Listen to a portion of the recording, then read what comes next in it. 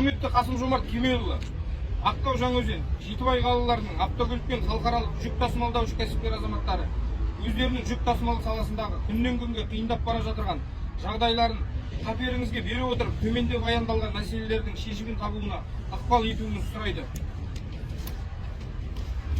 Үстіміздегі жылдың 20 ақпанынан бастап күшіне енген Қазақстан Республикасының Индустрия және даму министрлігінің 715 бұйрығы күшін жоюын сұрайды.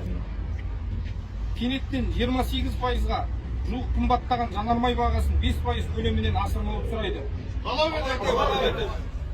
Уақытша ғана шешілген қазақстандық көліктердің Темірбаба кеден бекетіндегі бейтарап аймақтан қайта тіркеу арқылы шетел тіркемелерімен Қазақстан Еуразия экономикалық қоғамдастық елдеріне жүк тасымалдау мәселесін толықтай шешіп беруіңізді талап етеміз.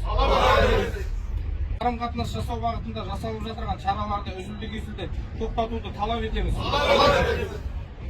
Қазақстан-Қытай шекаралық кеден бекеттеріндегі автокөліктердің электрондық кезектерге қою қатысты қалыптасқан жағдайды тиісті министрлікпен шешу жолдарын қарастыруды талап етеміз.